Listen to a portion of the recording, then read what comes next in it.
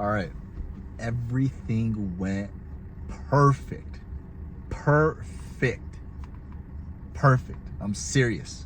This lunch with Dwayne went perfect. And the reason why is because I believe because I put it in God's hands. Okay? I said, whatever is going to happen today is going to happen because it was meant to be. It was meant to happen. Everything happens for a reason, right? Everything. You may not know that reason why it happened at that moment. You may not know the reason, but you might find out along the way.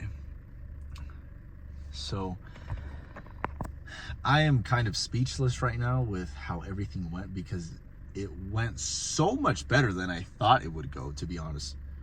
Extremely well. It went really, really well. And I am just happy to be here right now. Super happy to be here, man. You have no idea. It is crazy. I definitely did call my dad before going in, and I told him that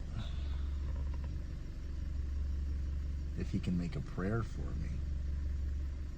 I told him if he could make a prayer for me, and I believe he did. And it's crazy. I'm not talking to my mom as much right now. I'm closer in a way to my dad right now, which is weird because I'm normally closer to my mom, but my mom and I are on good terms. We're just not talking as much. And I feel like, again, everything happens for a reason. I feel like there's a reason why her and I are not talking right now as much, because my mom and I are like this. We're almost, she is the female version of me and I am the male version of her. We are like this. When we talk, it's for hours and it feels like 30 minutes. Same with my dad too. And right now I feel like I am very close with my pops.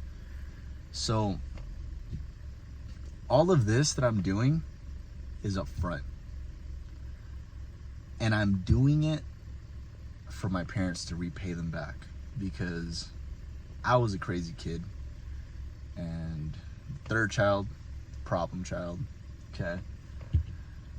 I owe it to the family. Yesterday, I have a message that's typed up. And it's my commitment message. A commitment to myself. I needed just one witness to witness that. I chose my cousin Abraham. My cousin Abraham and I go way back in time to when we were kids.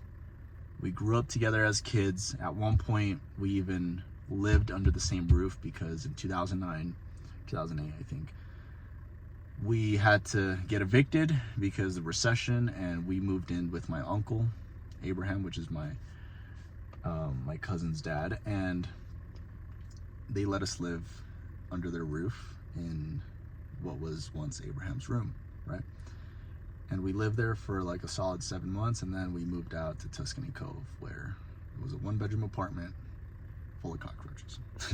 And then from there, Boulder Pine, and now we're in West Jordan, a house. And so all I gotta say is that commitment message to myself was something that I typed up, and I needed just one witness, and I chose my cousin Abraham to be that witness that I would send that to. And it's hot in here, man. And I sent that message to my witness, my cousin Abraham, and he said, wow, man. He was impressed. He said, I'm proud of you. And he said more things, which I can't quite remember exactly what he said right now, but the overview and the summary of it was, I'm proud of you, man. I can see you actually get the thrill from the grind. And I told him, of course, bro, you know, I owe it to the family. And he said, good response. So, good response.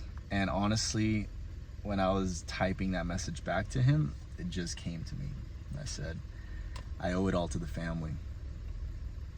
If it wasn't for my uncle Abraham, I wouldn't be here in the United States, which is one of the reasons why I owe it to my family.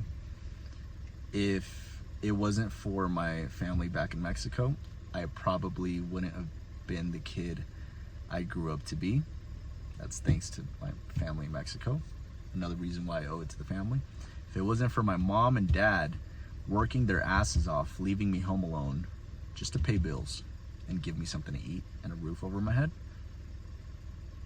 I probably wouldn't have been in lower middle class. I would probably been in poverty or a worse situation, right? That's another reason why I owe it all to the family. I owe it all to the family, and they are going to get their share of the fortune I make. All right, let's do this now.